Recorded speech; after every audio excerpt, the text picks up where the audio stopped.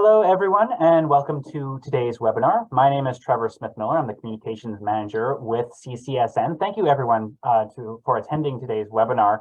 And for those who are new to our webinar series, CCSN is an organization working with cancer patients and survivors to learn about the complexity of our health system, connect with others to plan action, and act on those plans to create better outcomes and healthier survivorship. Please visit our website. You can find plenty of information like news and events, information, and of course, our webinar series. Now, just another reminder that this webinar is being recorded and will be available on YouTube tomorrow. A link to that will be provided in the email that you registered with.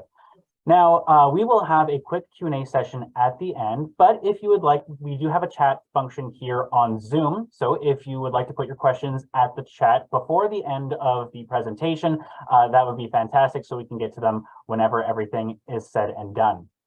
And now on to our presenter is Reverend David Maginley, is a spiritual counselor at the QEII Health Sciences Centre in Halifax, Nova Scotia, an award-winning author of Beyond Surviving Cancer and Your Spiritual Journey. David has also survived cancer 4 times, which resulted in a profound near-death experience and explorations in the nature of consciousness and the connection of body, mind, and spirit.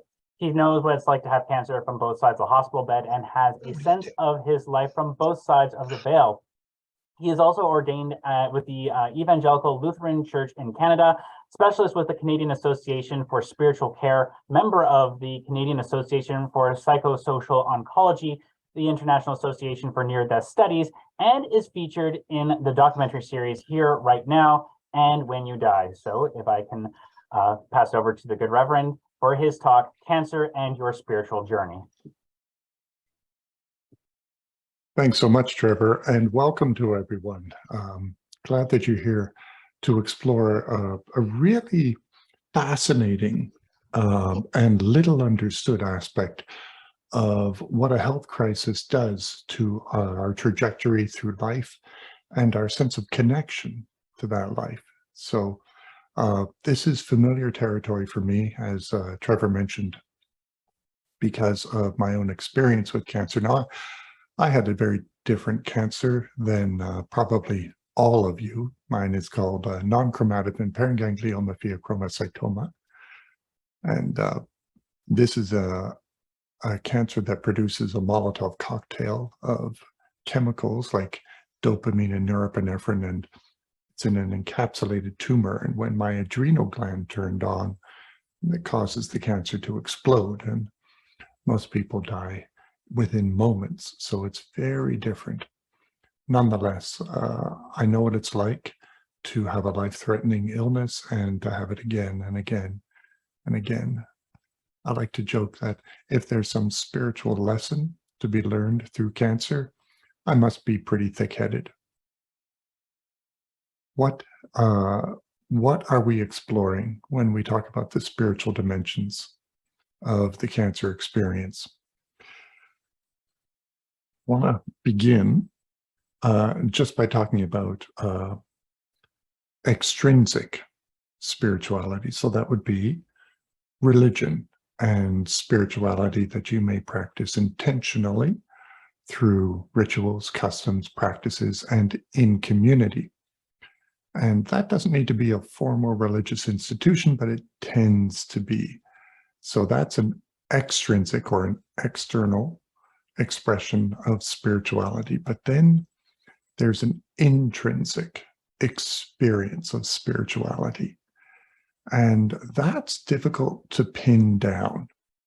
A lot of people think that that's going to be about my belief in the afterlife or God or angels. But it's much more subtle even than that. So I would propose to you, plant this seed now, early in our hour together. I'd like to propose that your spiritual practice is to help you see and experience yourself as you truly are. I want to say that again because it's a bit different. Your spiritual practice is to help you see and experience yourself as you truly are. And of course, that's going to involve seeing reality, the world as it truly is. Now, why do I say such an esoteric thing? It's because fundamentally, and we're going to talk about death and dying in this now and then, when we die, then there is no illusion between ourselves and what we truly are, or whatever reality awaits out there. There's no filter of the ego to get in the way. There's no emotional cholesterol. There's no precognitive understanding or presumptions. There is only the raw reality, or there is nothing at all, right? But either way, what is experienced or not is nothing less than what it and we actually fundamentally are. Okay, so I'm going to put some traction on that later in the presentation, but please make a note. This is not about believing in God. Now I'm going to bring up God and traditional religious systems, but if none of those models are sufficient or intelligible or relevant for you, please dismiss them and simply think of this in terms of what is consciousness? What is awareness? Okay, we're going to build on that.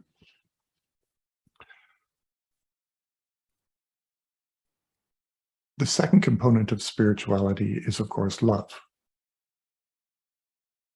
Your spiritual practice, your spirituality, I would propose to you, is determined not by the content of your belief, but by the quality of your love. Okay, why do I say that? Well, because all healthy spiritual traditions indicate that the divine, whatever that is love. In the Islamic tradition, the adjective used to describe Allah, God, more than any other word, is the compassionate one, right, or the loving one. Of course, through the Bible, God is love. You look at 1 John chapter 4, that's a letter near the end of the Bible, and the writer there says very specifically, God is love. Those are synonyms. And those who love live in God and God lives in them. In the Jewish tradition, again, the compassionate one, the loving God. In even the Buddhist tradition, and their theistic and non-theistic expressions of Buddhism, the heart of Buddhism is to become a warrior of compassion, right?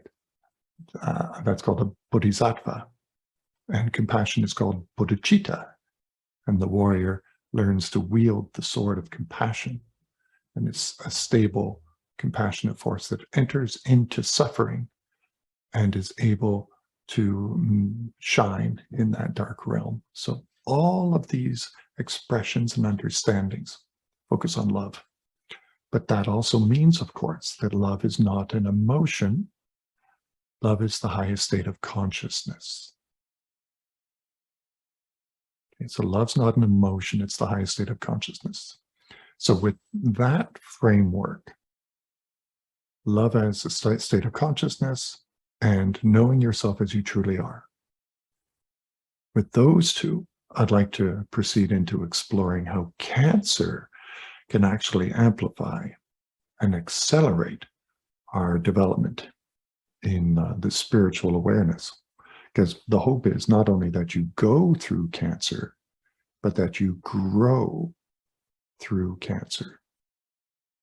Isn't it frustrating how potent the cancer crisis is in shattering all illusions of what was safe and secure, and animating a sense of fragility, a sense of instability in the world. Suddenly the texture of life is radically different. And you can sit there. I remember doing that with my toast and my tea in the mornings. My tea was so warm in my hands. And because of cancer, I was feeling and experiencing the gift of an ordinary cup of tea and slice of toast.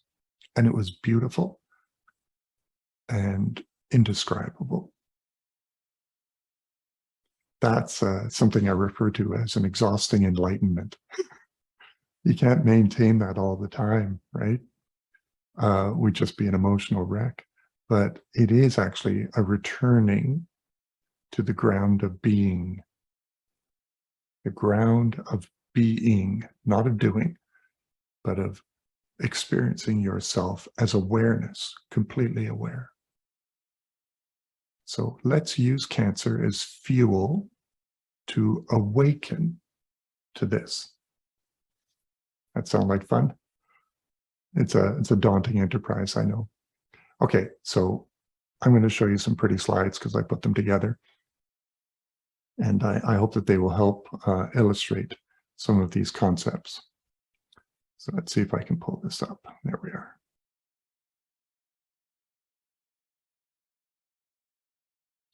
Okay, can you nod to me? Can you see that slide very well? Good, thank you. So all of these images are images that I have taken, and I'm grateful to the permission given to me by the patients and the people involved. I'm trying to capture through my photography the spiritual dimensions of cancer.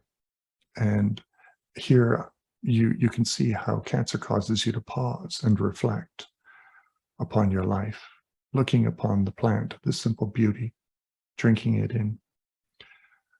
In that contemplation, even with a very treatable cancer, we begin to negotiate with mortality. We do. We begin to think about, am I going to make it? Am I going to get through?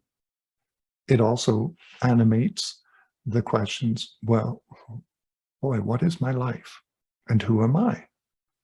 What is the effect of my life on this world? These are good things to explore. I've spent 25 years sitting with people facing that frontier. And while I do pray with them and perform the traditional expected roles and tasks of a chaplain, spiritual care, right, professional spiritual care, is really about simply being compassionate and present, helping you engage with all of the suppressed material within you that is animated by life suddenly feeling fragile. Now, you know what that material is. From the beginning, we worry. We worry about our loved ones, the burden of care upon them. We worry about perhaps future suffering that we may endure, what this whole thing is going to feel like. And it undulates up and down with side effects of treatment and the monkey mind that keeps bouncing around. And under that, or over that chaos, is composure. We keep it contained, we put a lid on it, but in the dark of the night, in the early hours, we think about it. And sometimes someone will come in who's skilled in emotional intelligence and going to the places that scare you and making a safe place where you can talk about all of this. Here, we're facing a life-threatening disease. It's asking us to not suppress or deny any part of ourselves, but to let that rise to the surface and be integrated. This is my tumor, my cancer. Right? So cancer then becomes a spiritual teacher when you engage it this way. Right? So here you're not fighting it. You're asking it, okay, what are you teaching me? What do I have to learn from this? Because I always encourage people, the point is not to ask, why did I get this? Some people ask that, and it's a good starting point. But I encourage you to move to a place that's asking, not why did I get this, but what am I going to do with it? It's got so much fuel to deepen my life, to animate my love. So what am I going to do with it? I used it to find out the meaning of life. My first cancer was when I was 18, then I was 26, 28, then 38. I ended up studying philosophy and comparative religions, and then next thing you know, I'm in the church and getting ordained, but never feeling like I had the answer. I just kept learning to ask better questions. Never stop asking.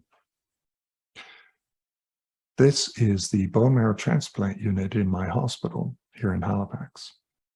That's not a very welcoming sign, is it? The people, of course, and some of you may have been through this, we wipe out your immune system and we replace it with a completely new one.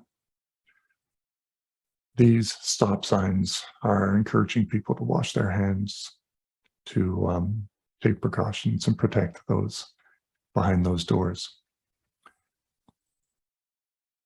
You get cancer and you suddenly feel small and fragile. This is the hospital bed where I lay for my 3rd round.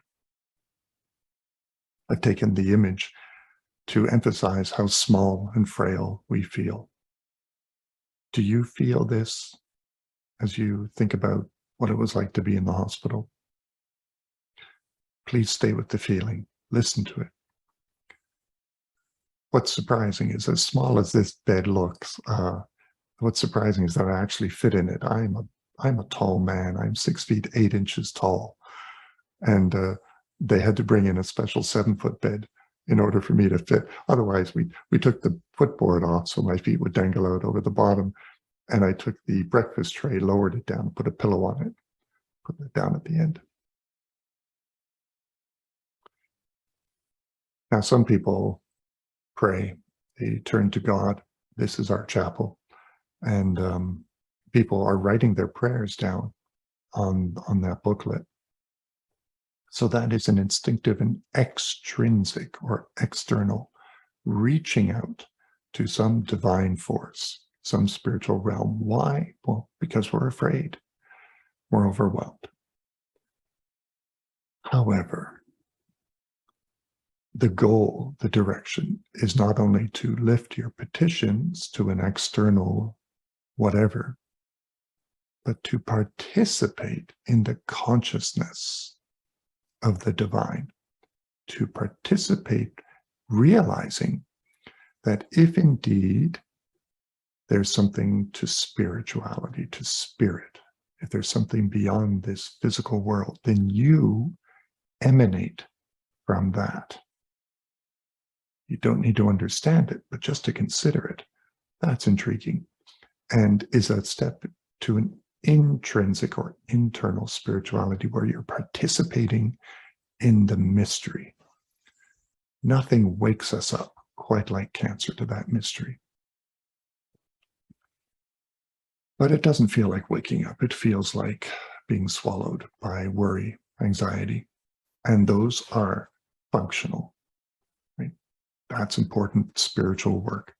So there are usually 4 main concerns when we're facing a healthcare crisis. And the first one is we're concerned about our loved ones. Right?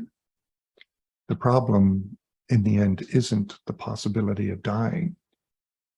It's the possibility of leaving all the love we've ever known, leaving all the reality in the people, leaving the identity in the story. So worry is, for loved ones, is one of the first ones. The second one is, beside that, it's the intensive care unit. And that means worrying about suffering, physical suffering, as well as emotional, that may lie ahead. You may have never traveled this road before. So it's normal to be anxious about it. Don't fix that. Open to it, listen to it. And what is it going to do? It's going to teach you to ask good questions, such as asking the nurse, how am I going to suffer from this? Like, what's the chemo going to do to me? What's it going to feel like? And then asking, well, what can you do about that? And we can do a lot, right? Benadryl, Zofran, there's Ativan, Maxaran, there's tons of drugs Don't be shy about the drugs. Drugs are good in helping you feel comfortable.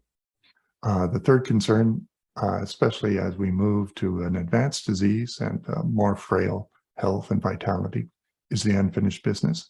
Now, I know I've got a picture of the taxes there, but we're talking about the unfinished love story, the unfinished dreams, the words left unspoken. And the final concern is usually, oh gosh, what lies beyond? Now, we have some information about that. I'll tell you later on in the talk.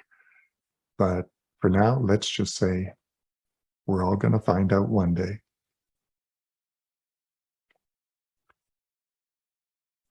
Now, spiritual distress is normal. It's a synonym for existential distress. So this is anything that threatens or compromises the integrity of your identity, right? It compromises your ability to find meaning and purpose. So this is another rather complex idea. What does a threat to the integrity of your identity feel like? What does it mean? Well, a simple example is you're beginning treatment and you can no longer go to work. So that threatens your identity and your role in the world. And then your ability to function in the family is compromised and you're more dependent.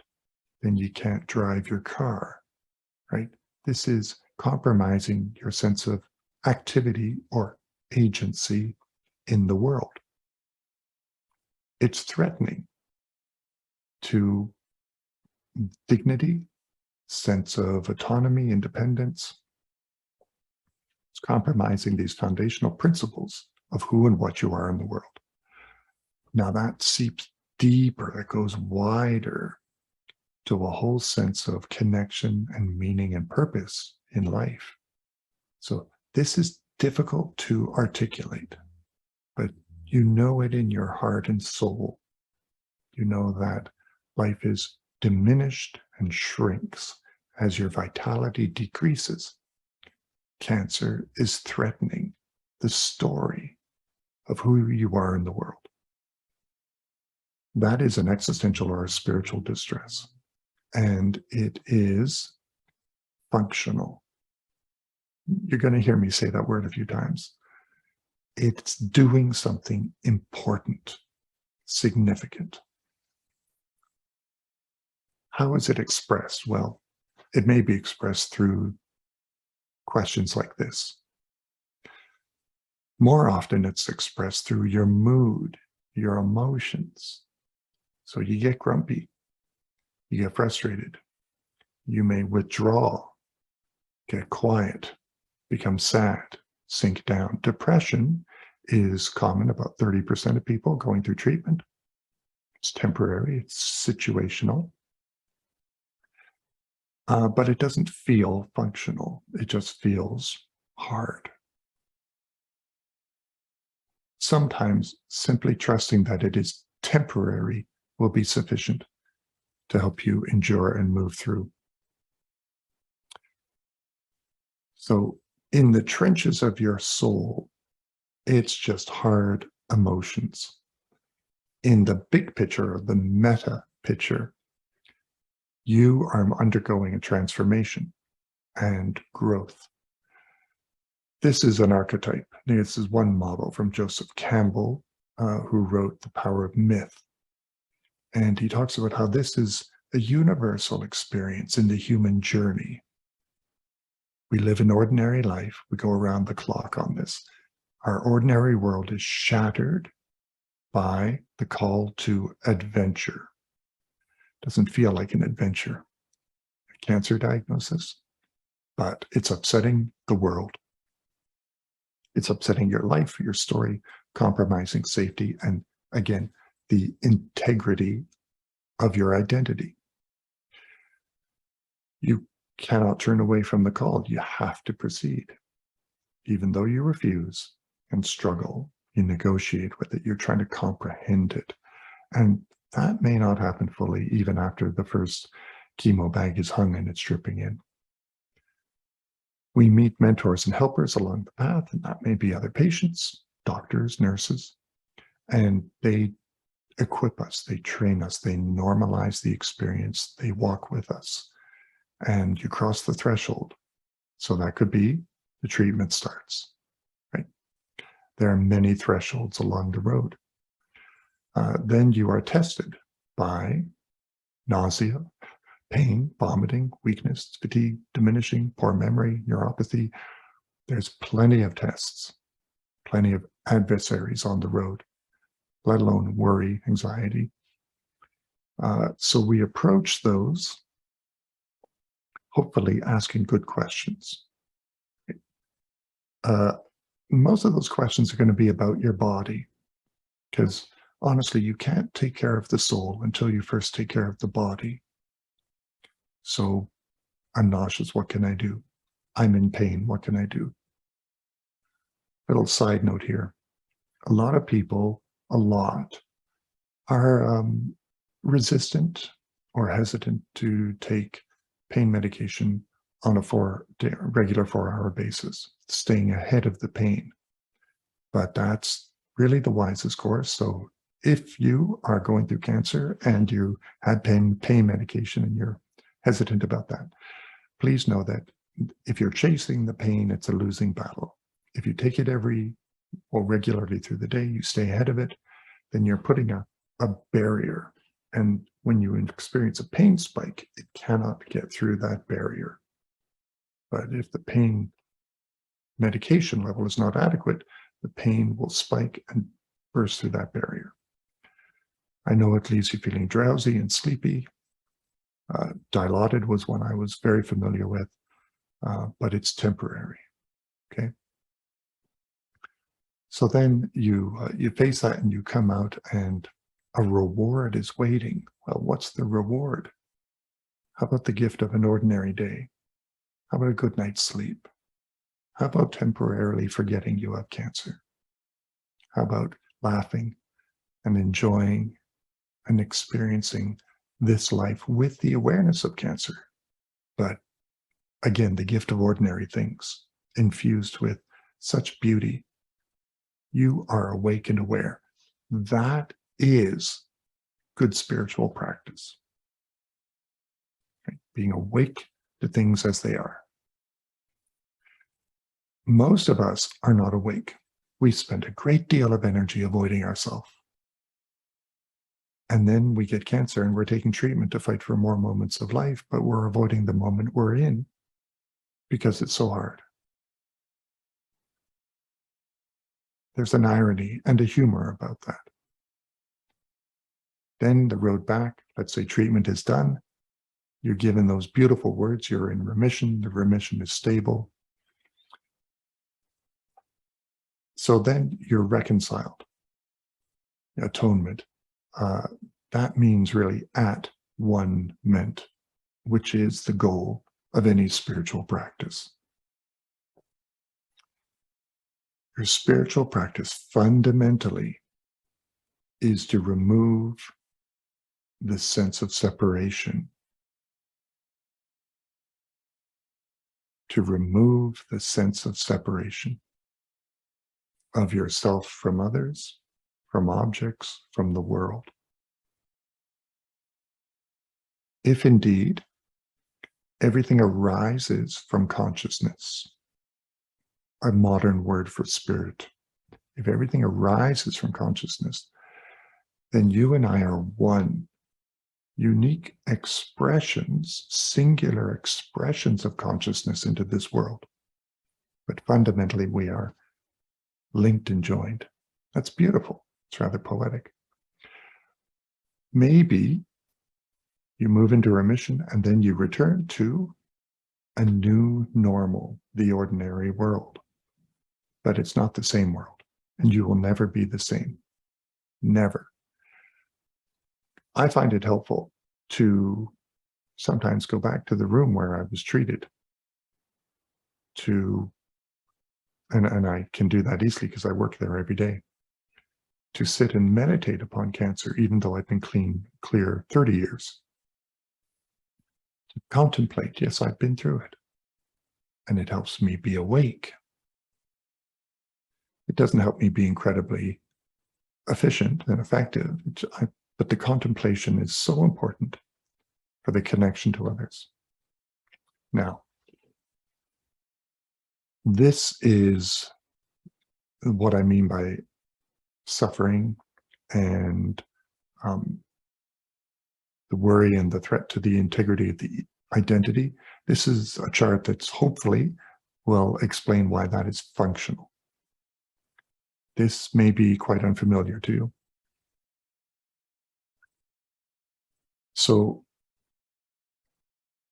think of matter, the physical world, as the densest form of spirit or consciousness. There's no duality. There isn't a spirit world and a physical world. This is as spiritual as all the rest, but it's the densest concentration of it. One writer he said, matter is spirit slowed down so that it may be seen, which means you are this one-of-a-kind, amazing, miraculous manifestation of consciousness. Now this has, I'm going to get a little esoteric, this has great relevancy in science, because science tells us we cannot see the world or reality as it truly is. We can only see it filtered through our senses, our eyes, our taste, our touch. We perceive visually a tiny part of the electromagnetic spectrum, the visible spectrum of light. Beyond that, so much that we cannot perceive. Now, we have some instruments that can, like the device you're using right now to see me give this talk, radio waves, gamma rays, microwaves. So there are frequencies of reality we cannot see.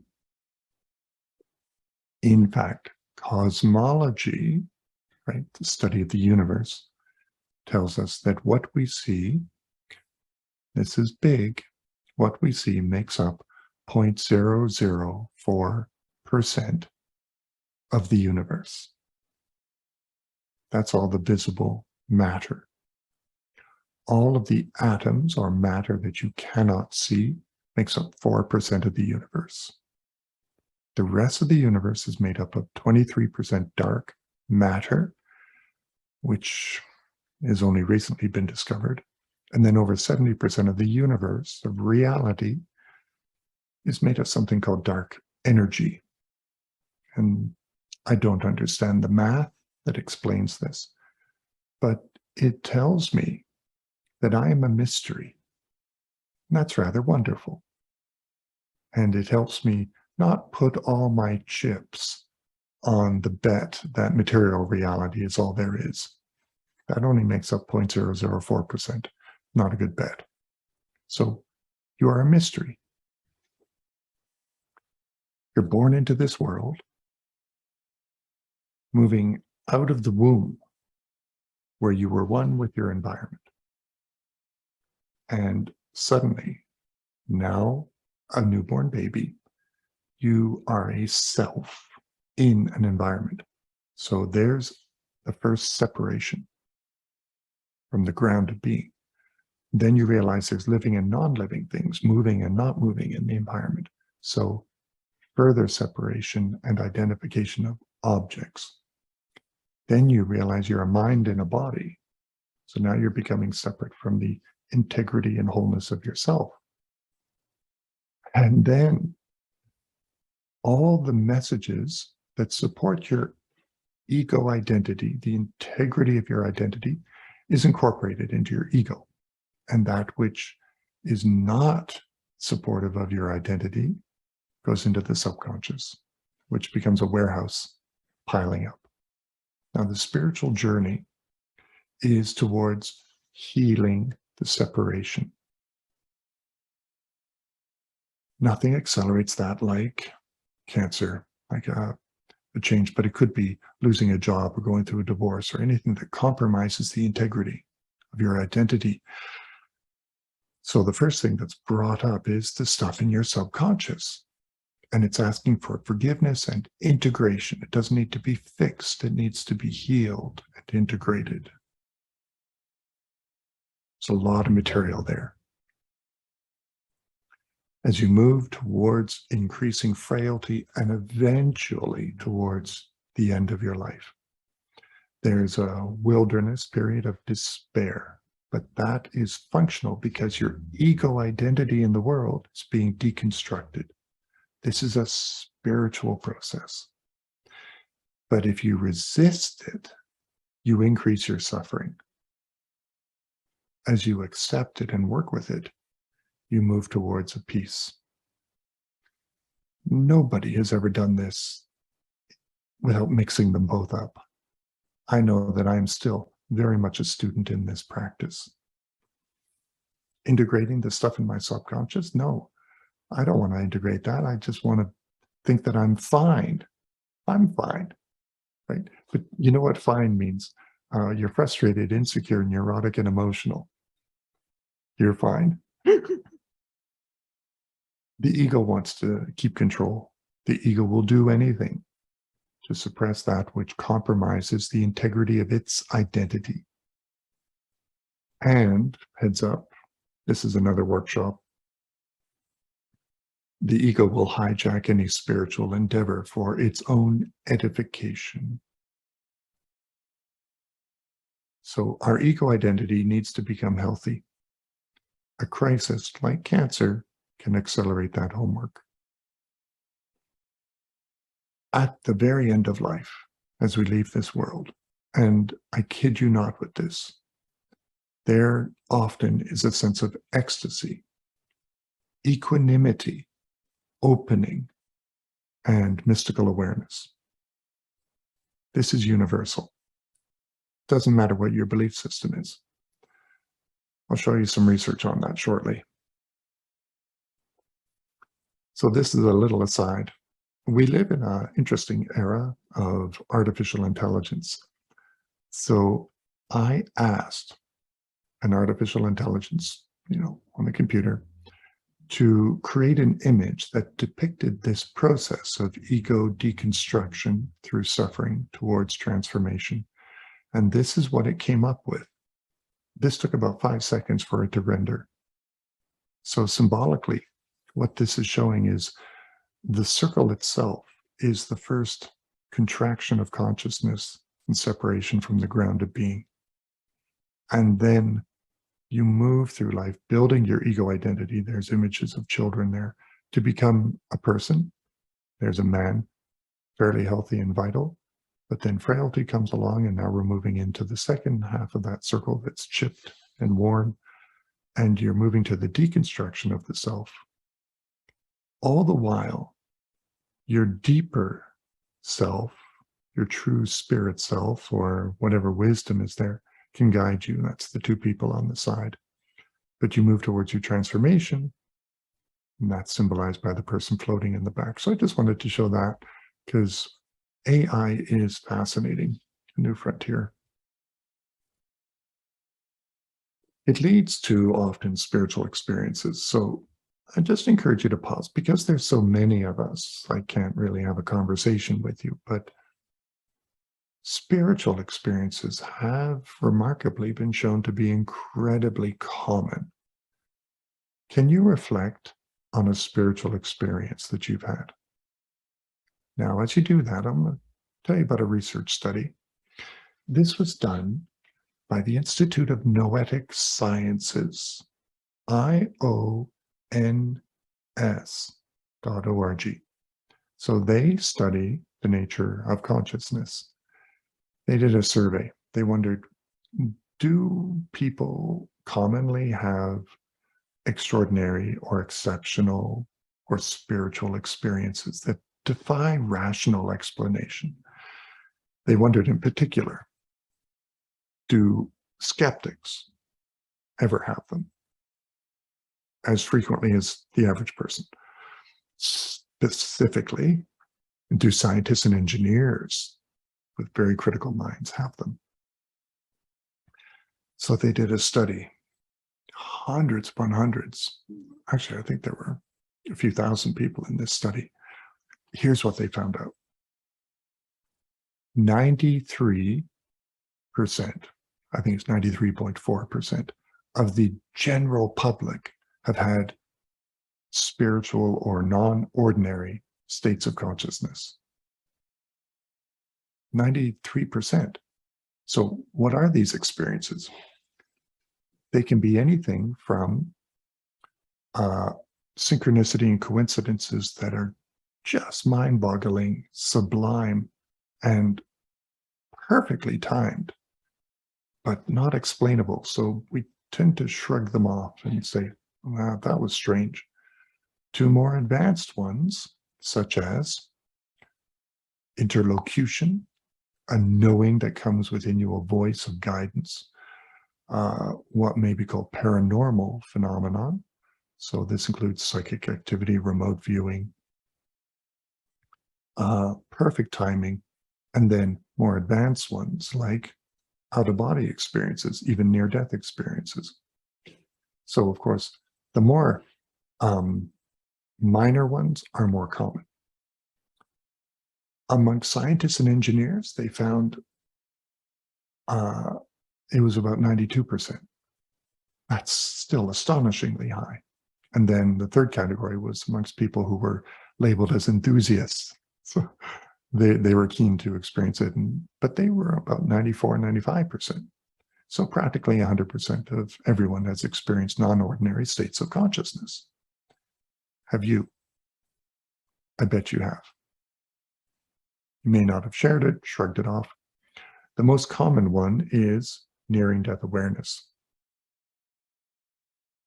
I'm going to talk about that shortly, but I want to first do an exercise with you so that you can experience something different. That's intriguing, isn't it?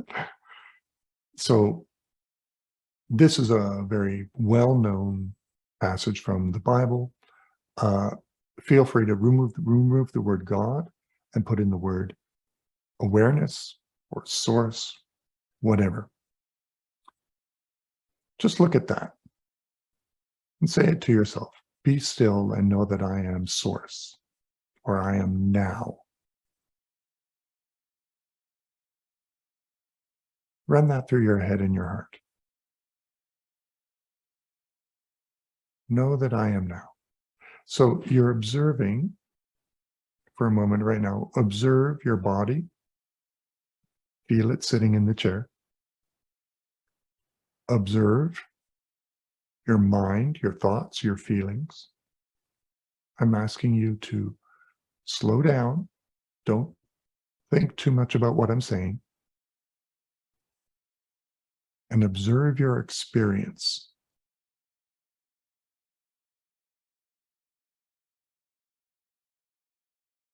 Step back from your thoughts and feelings.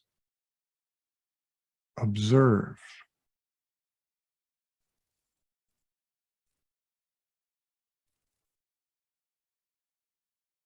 Now, if you're doing this and your mind is starting to race, let it do that.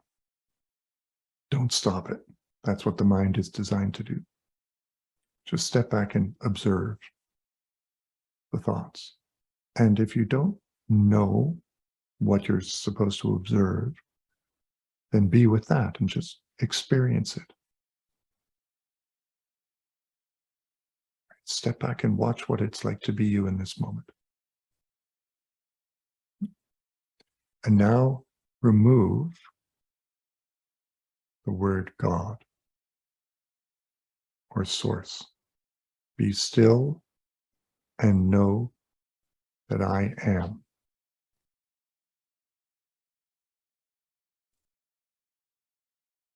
So we're doing a spiritual practice right now. I want you to be curious about this. We're trying to get to the source, to know yourself as you truly are. Be still and know that I am. Now go back. Be still and know.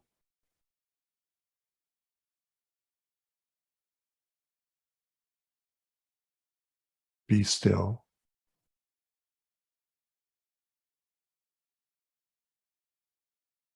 Be.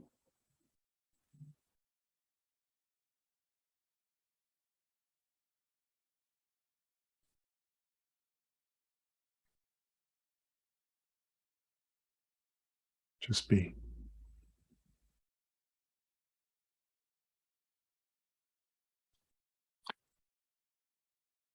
This is a lovely exercise when you're scared, when you're worried, to not stop being scared or worried, but just to observe the experience of it. Now, we're not fixing anything, but we're changing your relationship to your own experience. You can do this with pain. Observe your pain. Now, most of the time when you do this, the pain will increase, but then there'll be a separation from it and it'll go down. Besides, it's wonderful to discover that you don't need to believe everything you think. And you don't need to be controlled by everything you feel. Does it make a difference? Yes, indeed. This is a fascinating study done by the Institute of Noetic Sciences. So they were looking at cancer patients and their partners. And they wondered, if we teach compassionate meditation to the partners and then separate them by hundreds of miles, will that compassionate intention have an effect upon their loved one? And indeed it did. They hooked them both up to galvanic skin response monitors. So that's what you see wrapped around the finger.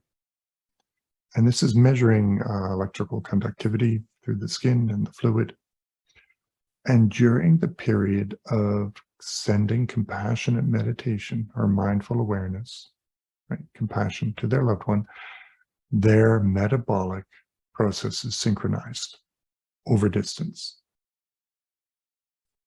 There have been hundreds of studies demonstrating the same thing. And what they found is the power of love has great range and affects the local environment as well as those you are connected to. Why? Because love connects consciousness. I love it when people had said to me when I had cancer, when they said, "We're praying for you." And I would express deep gratitude for that. And then I would say, in your prayers, please slow down. Just be present. And in that presence, you will bridge the gap between us.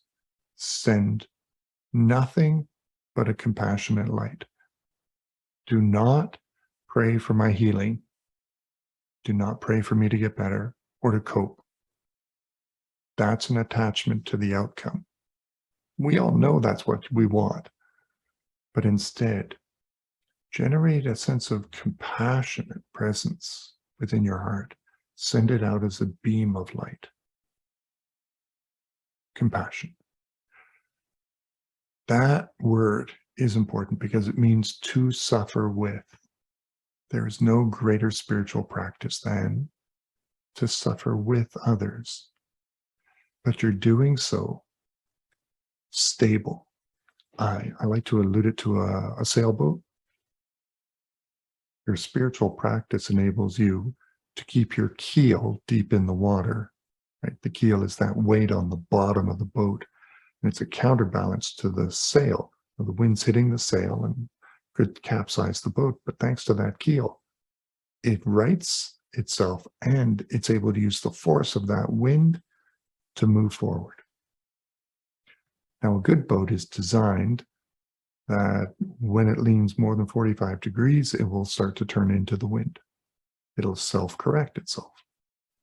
When you are a compassionate person, a warrior of compassion, a bodhicitta, or a bodhisattva, you are a stabilizing force in the storm of life and of cancer. Can you be that for yourself? How do you love and care for yourself? That is as much your spiritual practice as anything else. Meditation is one of the most basic ways to tune your consciousness to this underlying reality. And the studies show pretty consistently that it changes you. There are many forms of meditation. I should mention, this is a study done at Princeton University. They were wondering, are the brains of monks who've been meditating for decades wired differently than the average person? And indeed, they found they are. This yellow section is called the anterior cingulate cortex, and it regulates messages from the amygdala, the reptilian, more primitive part of the brain, to the neocortex, right? So your brain has many areas. The reptilian, here's the brain stem coming up from the spine into the brain. That's the reptilian or most primitive area. And then the mammalian brain that mammals have is a layer over that. And the anterior cingulate cortex is in there. And then the neocortex is what makes primates, right? You and me. So this area was thicker and denser, and of course, helped regulate difficult emotions, fears, primal aspects. So they found that even when they taught the most difficult subjects, which were college-aged men, how to meditate, in 6 weeks they could see a change in the anterior cingulate cortex, and the students were reporting much better self-regulation of difficult emotions and concentration. It's a good thing to have in university men and males. So there are many types of meditation. What we just practiced, which was be still and know, that's called direct experience. Mindfulness is meditating in the moment for a short period of time. Tonglen is a Buddhist practice, and it means receiving and giving. I use this a lot with my patients, especially when they're overwhelmed. In this, you go through the embodiment exercise, and you feel yourself embodied, planted, right, in the moment, physical. And then you focus on what scares you the most, what you're worried about, and you breathe in more of it from everyone else. Add theirs to yours. And then breathe back compassion to those people, receiving their pain, sending your light. And that can just be, I'm with you. I understand. I know what it's like to be afraid, overwhelmed, nauseous, fatigued. I know what it's like to have cancer. I breathe in yours. I send back my solidarity with you. It's beautiful. Changing your relationship to your experience. Another one, Vipassana. This is a Buddhist one in which we actually did a little of it. Focus on your body, and you say, as a meditation, I have this body, but I'm not this body. I have these thoughts, but I'm not these thoughts. I have these feelings, but I'm not these feelings. I am the witness. So these are lovely, helpful tools. You are not powerless. You can work with all these difficult emotions. Now, even with a very treatable cancer, people go through grief. You anticipate leaving this world.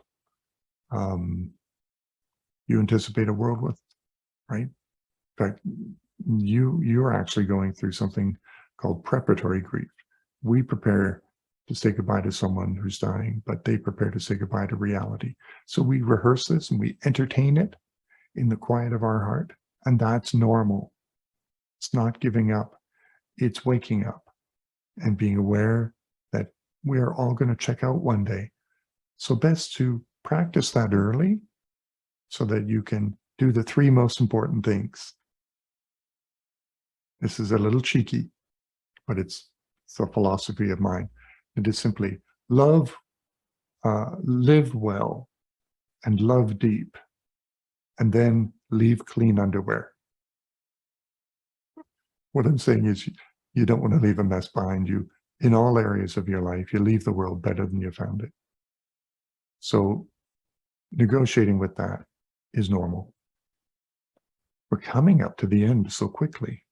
But I want to talk about those mystical experiences, because eventually we're all going to find out what's out there. This is Dr. Christopher Kerr. I've had conversations with him. He's a wonderful man. He's a hospice or palliative care doctor at Buffalo Hospice in New York.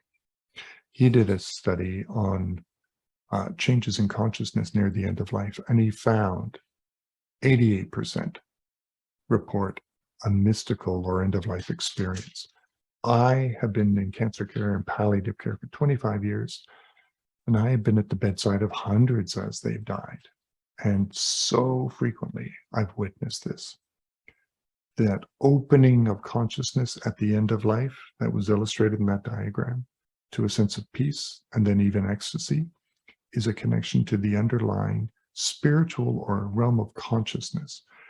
The most common experience is people begin to have lucid dreams of their welcoming party or paranormal, otherworldly dimensions.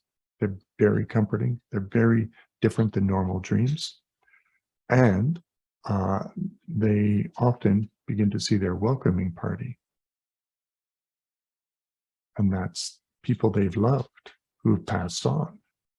Sometimes there are even celestial or non-human entities. Remarkable. It may sound staggering, but it's not uncommon. In fact, it's one of the most common things in the world. It's embedded in every culture. It's seen throughout history. Doesn't matter what you believe. Doesn't matter your education. All you have to do is be human. And we see the phenomenon even more now in this modern age because of good pain medication, and that people witness dying under controlled circumstances. So that's cool. You can Google this study, End-of-Life Dreams and Visions, or go to, I think it's drchristopherkerr.com, Kerr. Wonderful work. Does great stuff. This is my dad. It was such an honor to care for him. He was diagnosed with pancreatic cancer, and you may know that's a pretty aggressive one, or can be. And he had weeks left. So sudden. But being a sea captain, he got everything shipshape. He got everything in order. He did not resist the deconstruction of his life. He was 91, and he had a new girlfriend. So he said, I've done very well.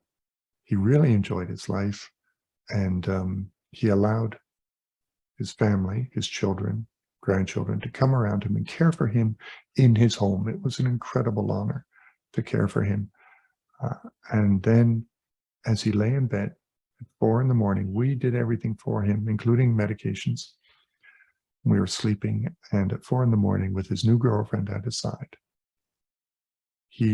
something stirred him from a deep unconsciousness. He'd been unconscious for over a day or two. And he opened his eyes, and with surprising strength, he actually sat up despite his frailty, and looking up with joy, arms extended, smile upon his face. He smiled, and he just says, yes, yes. And he named people we knew had passed. He said, come, come, I'm ready. And then he sank back down into an unconscious state. Now, it's one thing for me, the professional spiritual care provider, to see that happen at work, but it's really another to see it with your own dad. I was so happy for him. I was so happy for us that we got to just to witness that, to hear it. Even more that it happened early, because 2 weeks before he died, he began to have a lucid dream, and he shared that with me. He said, I had this dream that all the dogs I've ever known came to me with such love. It felt so real. And he began to weep. I rarely see my father cry. And he said, do you think it was real? Are there dogs in heaven? And I said, well, you know what Will Rogers said, I don't want to go to heaven if there aren't any dogs. I totally agree. So it was beautiful preparation for him, showing that his consciousness was shifting and expanding. It's beautiful. So whether transformation or oblivion is waiting for us, one means we awaken to the wonder from which reality emanates. And I trust that we do not sit on a cloud playing a harp with no intermission. That's boring. But instead, we are propelled forward into new adventures and growth and evolution in love. What do you do? Well, first, I encourage you to make a plan. Go to advancedcareplanning.ca. Now, I don't know if you've been watching any webinars on advanced care planning. Please do this early as possible, when you're healthy or when you've been through cancer or whenever. Now is better than any other time. advancedcareplanning.ca. This will guide you in having difficult conversations with your family, considering options when the end of life is coming, and how to move into that smoothly with as little turbulence as possible. Want to keep you in the captain's seat. Okay, no need for unnecessary turbulence. There's guide, go to the one for individuals and families, that link, and it's going to give you resources and fantastic stuff. It's difficult stuff, but just a heads up, it can be lighthearted because they include a card game that you can play, and I've done this with people, and it just makes laughter and stories start to float, so it's good. So do advancedcareplanning.ca. If you don't mind a commercial, this book is pretty good and can help you as well. Whatever your prognosis, I wrote this to help you use a health crisis to do those three things: deepen your humanity, amplify your love, live well, love deep, leave clean underwear. Okay, I'm going to stop sharing that and get back to all of you. Your spiritual journey does not depend on your religion or belief. If you practice that as an expression of your spirituality, may the rituals and the community support you. But please go deeper to that big question: what am I? Take time to slow down and to show up and to be curious. Let stillness be a new environment for you, and let cancer amplify that, right? Don't waste the crisis. It has so much fuel for your awakening to the mystery and wonder of what you are. Use creativity, express it through art, process your stress through your body, eat clean, get a good night's sleep, don't be shy about the medication, and live the adventure. Okay, that's a whole lot in 1 hour. I hope it's been supportive of you, and I encourage you to keep shining because the world needs your light. All right. Thank you, Trevor. Thanks to the organization for having me on. It's always a privilege. And thank you very much, David, for a fantastic talk. One definitely that I think that a lot of people have taken a lot of to heart very well. Unfortunately, we do not have time for many more questions, but if you would like to, if anyone has a question, they can email me at info@survivornet.ca, and we can forward that to Reverend David and to make sure that he gets them, and we'll get those questions answered. Now, this is the latest in our webinar series. We have a whole bunch planned for 2023. I've actually been dotting the T's and crossing the I's with that one, as it were. And so keep your eye on your email. We have been having some email issues per se with new updates from Google. So if you believe that you are unsubscribed from our email list, definitely go to our website. We have a big banner there where you can resubscribe to our emails so that you can be updated on our newsletter, the latest and greatest of what we're doing here at CCSN. And you can find all the webinars, including this one, on demand at survivornet.ca/webinar. So once again, David, thank you for a fantastic presentation, and thank you everyone for attending. Thanks very much.